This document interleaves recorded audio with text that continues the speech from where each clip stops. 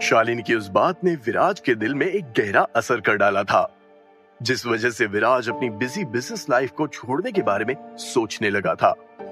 गुलमोहर garden पहुंचकर विराज ने अपना काम निपटाया, लेकिन उसके दिमाग में बस शालिनी की वो बात चल रही थी जो अंदर ही अंदर विराज को खाए जा रही थी, और विराज एक गहरी सोच में डूब गया था। विराज को जिंदल परिवार से कोई मतलब नहीं था। ना तो उसे जिंदल परिवार के पैसे चाहिए थे और ना ही उसे जिंदल परिवार की गद्दी से कोई मतलब था। विराज ने अपनी जिंदगी की सबसे बड़ी रिस्क सिर्फ और सिर्फ शालिनी, अपने पिता और अपने परिवार के लिए उठाई थी। जानवी भी विराज के परिवार का हिस्सा थी, और अब चूंकि प्रखर और सनी भी विराज के परिवार में शामिल हो गए थे, तो ऐसे में विराज उनकी जिंदगी को वापस से सड़क पर नहीं लाना चाहता था। यही वजह थी कि विराज जिंदल परिवार के मिशन को पूरा करने में अपनी जान लगा रहा था। अगर विराज ने शालिनी को जिंदल परिवार में भेज दिया तो शालिनी लंबे समय तक अपनी अच्छी खासी जिंदगी जी सकती थी। जिंदल परिवार में उसे बेहतर सुविधाएं मिलती, उसके लिए सब कुछ अच्छा होता। लेकिन उसके बाद क्या? जिंदल परिवार ने उसके पिता के साथ क्या किया, ये विराज कभी नहीं भूल सकता था। जिंदल परिवार ने उसके पिता को ही नहीं टिकने दिया था। जिन लोगों को विराज के पिता ने हमेशा दबा के रखा, उन्हीं लोगों ने हमेशा के लिए विराज के पिता को दबा दिया था। अगर ये सब शालिनी के साथ भी हुआ तो फिर विराज क्या करेगा? और अगर विराज वो मिशन नहीं कर पाया तो फिर क्या होगा? हर तरफ से विराज अपने आप को फंसा हुआ देख रहा था। ये सब सोचते हुए विराज ने फैसला किया कि वो इतनी आसानी से गिव अप नहीं करेगा। शालिनी उसकी जिम्मेदारी है, क्योंकि बचपन में ही उसे वो भगा कर लेकर आया था। अब चाहे कुछ भी हो जाए, लेकिन विराज अपनी जिम्मेदारी से भाग नहीं सकता था, और जिम्मेदारी निभाने के लिए उसे किसी भी कीमत पर उस मिशन को जीतना होगा। उसे जिंदल परिवार का उत्तराधिकारी बनना होगा, जिससे वो लोग जिन्हें विराज को ये मिशन दिया था, वो कभी भी विराज और उसके पिता के सामने अपना सर ना उठा पाए। मनी मन विराज ने ठान लिया था कि उसे क्या करना है। शालिनी को जिंदल परिवार में भेजने वाला आइडिया भी विराज ने रिजेक्ट कर दिया था। अपने सारे सोच विचारों को दिमाग में बुनते हुए विराज पूरी तरह से डिटरमाइंड नजर आ रहा था।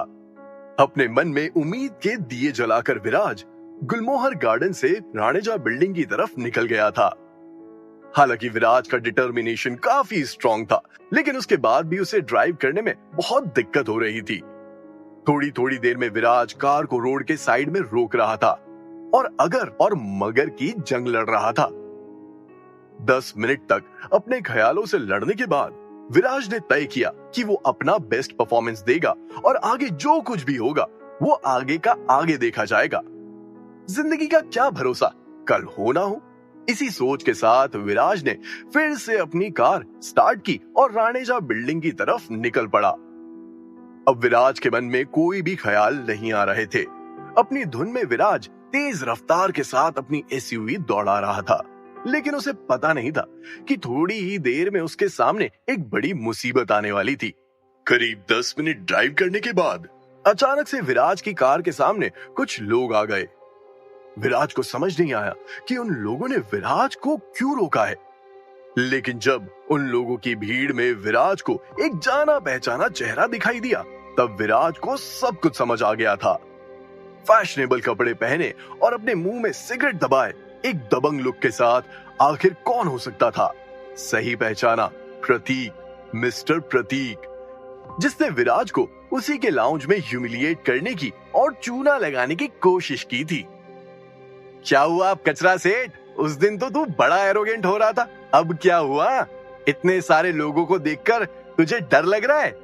उस दिन तूने मेरे 1 करोड़ रुपए खाए, वो तेरा इलाका था, मैं कुछ नहीं कर पाया, लेकिन ये इलाका तेरा नहीं है। अब अगर तू मर्द है तो बाहर निकल, चल चल। विराज की कार के शीशे पर नॉक करते हुए प्रतीक ने कहा। प्रतीक की बात सुनकर विराज के चेहरे पर खामोशी पसर गई थी। प्रतीक उसे बाहर आने के लिए कह रहा था। बाहर आकर क्या होगा? क्या प्रतीक विराज से बात करेगा या फिर? विराज इतना भी स्टूपिड नहीं था कि वो प्रतीक के कहने पर अपनी कार से बाहर आ जाए। अगर विराज बाहर गया तो उसकी कब्र खुदनी तय थी। ओए विराज जिंदल, कचरा उठाने वाला, चल बाहर निकल। उस दिन तूने हम सबको चूना लगाया, प्रतीक के 1 करोड़ रुपए खा गया। अब बाहर निकलने की हिम्मत नहीं हो रही है तेरी? छी साले, तू किस तरह का इंसान है? शर्म नहीं आती तुझे? प्रतीक के एक दोस्त ने अपनी आवाज बुलंद करते हुए कहा, एकदम सही कह रहा है तू। ये आदमी तो एकदम कचरा ही है। भले ही इसके पास कार है, लेकिन ये कार भी खटारा है। लेकिन आज यही खटारा कार इसको प्रोटेक्ट कर रही है। अगर ये कार नहीं तो ये आदमी कुछ भी नहीं। प्रतीक के दूसरे दोस्त ने भी अपनी कड़क आवाज बाहर निकाली, हाँ मुझे भी ऐसा ही लगता है कि ये कचरा बहुत डरपोक है, जिसे सिर्फ अपनी कार में छुपना आता है। प्रतीक का तीसरा दोस्त क्यों पीछे रहता? उसने भी अपने दोस्तों को देखकर विराज को भला बुरा कहना शुरू कर दिया था। अरे यार, तुम लोग फालतू में ये सारी बातें बोलकर अपनी एनर्जी वेस्ट क्यों कर रहे हो? ये सब बोलने से क्या होगा? क्या वो डरपोक कार से बाहर आ जाएगा? नहीं ना। मुझे लगता है कि अगर हम इसकी कार का शीशा तोड़ देंगे तो उसे आसानी से बाहर निकाल पाएंगे। अपने दोस्तों की बात सुनकर प्रतीक ने तुरंत ही विराज की कार का शीशा तोड़ने का अच्छा आइडिया दे दिया था। क्या ये लोग मेरी कार का शीशा तोड़ने वाले? जैसे ही विराज के मन में ये ख्याल आया, भला वो शांत कैसे बैठ सकता था। तुरंत ही विराज ने अपनी कार स्टार्ट की और उसे रिवर्स गियर में डालते हुए पीछे भागने लगा। प्रतीक और उसकी पलटन भागते हुए विराज का पीछा करने लगे थे, लेकिन विराज ने तेजी से और सावधानी से अपनी कार रिवर्स ली और उसके बाद अपनी कार को घुमाते हुए ऑपोजिट डायरेक्शन में भगा दी थी। शिट, तुम खड़े खड़े मुंह क्या देख रहे हो? कार निकालो। प्रतीक ने पूरे प्लान के साथ विराज को एक बार फिर से फंसाने की कोशिश की थी, लेकिन इस बार भी प्रतीक कामयाब नहीं हो पाया था और गुस्से से तिलमिलाते हुए अब प्रतीक की कार विराज की कार का पीछा करने लगी थी। जैसे ही विराज ने देखा कि उसकी कार के पीछे 2 से 3 कार आ रही है, तो विराज हेल्पलेस फील करने लगा था। तुरंत ही विराज ने अपना फोन बाहर निकाला और एक नंबर डायल किया। 2 घंटी बजने के बाद जैसे ही सामने वाले ने कॉल उठाया, वैसे ही विराज ने बोलना शुरू किया, हेलो प्रखर, सुन, मैं एक प्रॉब्लम में फंस गया हूँ और मुझे कंपनी आते आते थोड़ा लेट हो जाएगा। तब तक शालिनी को संभाल लेना, परेशान मत होना, मैं फिलहाल एकदम ठीक हूँ। जैसे ही प्रखर ने विराज के मुंह से ये शब्द सुने, वैसे ही प्रखर के चेहरे पर शिकन आ गई थी। तुरंत ही प्रखर ने अपना मुंह खोलते हुए कहा, भाई विराज, ऐसा कोइंसिडेंस कैसे हो सकता है? रास्ते में हम भी एक प्रॉब्लम में फंस गए। हम लोग भी अभी तक कंपनी नहीं पहुंच पाए। जैसे ही विराज ने प्रखर की बात सुनी, वैसे ही विराज एकाएक स्टन रह गया था। अब उन लोगों के साथ क्या हो गया? तुरंत ही विराज ने प्रखर से कहा, यार मेरा तो रास्ता रोक लिया था, तुम लोगों के साथ क्या हुआ? विराज का सवाल सुनकर प्रखर ने इमोशनली कहा, हमारा भी रास्ता कुछ लोगों ने रोक लिया था। दोनों तरफ से खामोशी की लहर दौड़ पड़ी थी। विराज मनी मन सोचने लगा कि क्या वो वाकई में एक अच्छा भाई है, एक अच्छा दोस्त है, एक अच्छा लाइफ पार्टनर है। सब कुछ एक ही समय पर हुआ और एक ही तरीके से किया गया था। विराज को समझ नहीं आ रहा था कि ये सब पूरी तरह से प्लान किया हुआ था या फिर वाकई में कोई कोइंसिडेंस था। हालांकि कुछ देर तक सोचने के बाद विराज को लगा कि अभी भी बहुत देर नहीं हुई है। तुरंत ही विराज ने प्रखर को उनकी लाइव लोकेशन भेजने के लिए कहा।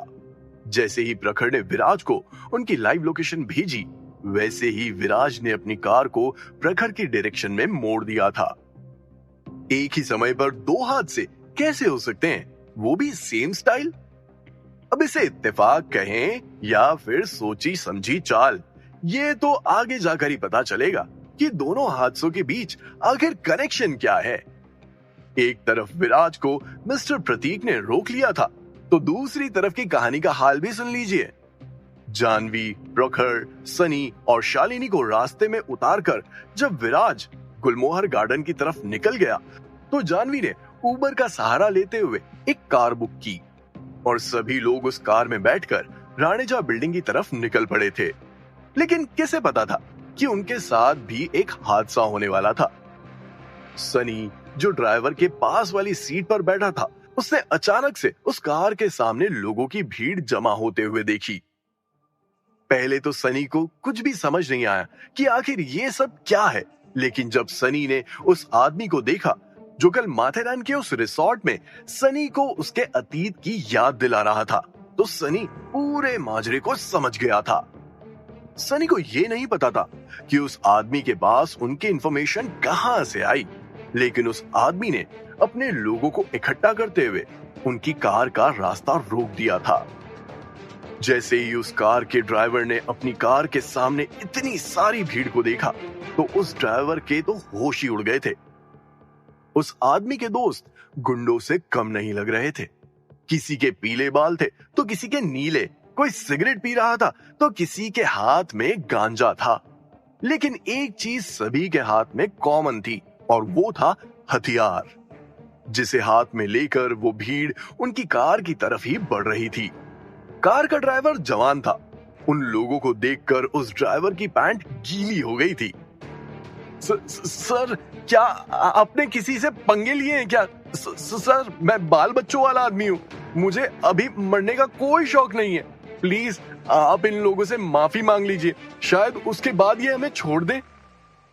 जैसे ही सनी ने उस ड्राइवर के मुंह से निकले शब्दों को सुना, वैसे ही सनी के चेहरे पर और भी ज्यादा शिकन आ गई थी। ऐसा लग रहा था जैसे उस जवान ड्राइवर ने असली दुनिया के दर्शन कभी नहीं किए थे। कल सनी और विराज ने मिलकर सभी के सामने उस आदमी की जो हालत की थी, उसके बाद भी वो आदमी सनी को माफ करने वालों में से नहीं था। अगर अभी सनी कार से बाहर निकलता तो शायद वो लोग सनी के शरीर के छोटे छोटे टुकड़े करके कुत्तों को खिला देते। इतनी अक्ल तो सनी के पास भी थी। सर, हमें क्या करना चाहिए? जैसे जैसे वो भीड़ आगे बढ़ रही थी, वैसे वैसे उस ड्राइवर की हालत और भी ज्यादा टाइट हो रही थी। उस ड्राइवर की 3 साल पहले ही शादी हुई थी। उसके घर में कुछ महीनों पहले ही लक्ष्मी आई थी। पहले वो ड्राइवर किसी कंपनी में सिक्योरिटी गार्ड की नौकरी करता था, लेकिन जब घर में एक नन्ही बच्ची आ गई तो घर के खर्चे बढ़ना भी तय था। अपनी सारी सेविंग्स का इस्तेमाल करते हुए उस ड्राइवर ने एक सेकेंड हैंड कार निकाली, वही कार जिसमें अभी विराज की पलटन बैठी थी। और यकीन मानिए, इस ड्राइवर को उबर ज्वाइन करे बस 2 ही दिन हुए थे। ऐसे में उसकी हालत का टाइट होना स्वाभाविक था। उस ड्राइवर की हालत देखकर सनी ने अपना हाथ उसके कंधे पर रखा और थपथपाते हुए बोला, भाई डरने की कोई जरूरत नहीं है, कार को रिवर्स गियर में डाल और भगा। अब समय आ गया है कि तू अपनी असली स्किल हम सबको दिखाए। इस काम के लिए मैं तुझे एक्स्ट्रा पैसे दूंगा। सनी की बात सुनकर उस उबर ड्राइवर ने तुरंत कहा, क्या इससे इस मुसीबत का हल निकलेगा? ड्राइवर की बात सुनकर सनी ने भी तुरंत अपना मुंह खोलते हुए कहा, डरने की कोई जरूरत नहीं है भाई, हल निकलेगा। अरे बिल्कुल हल निकलेगा, हम कर सकते हैं और हम करके रहेंगे। तुम्हें हमेशा अपने आप पर यकीन होना चाहिए। जब यकीन आपके साथ होता है तो आप जिंदगी में कुछ भी कर सकते हैं। चलो शुरू हो जाओ। अगर तुमने हम सबको यहाँ से जिंदा बाहर निकाला तो मैं तुम्हें बिल से 10 गुना ज्यादा पैसे दूंगा। क्या वो जवान ड्राइवर विराज की पलटन को उस मुसीबत से बाहर निकाल पाएगा? क्या विराज सही समय पर अपनी पलटन के पास पहुंच पाएगा? क्या विराज और उसकी पलटन अपने आप को इस मुसीबत से बाहर निकाल पाएगी? आखिर मिस्टर प्रतीक और सनी के उस दोस्त का आपस में क्या संबंध था? संबंध था भी या ये सिर्फ एक कोइंसिडेंस था? आगे जानने के लिए सुनिए कैश ऑन माई माइंड, सिर्फ और सिर्फ पॉकेट एफएम पर।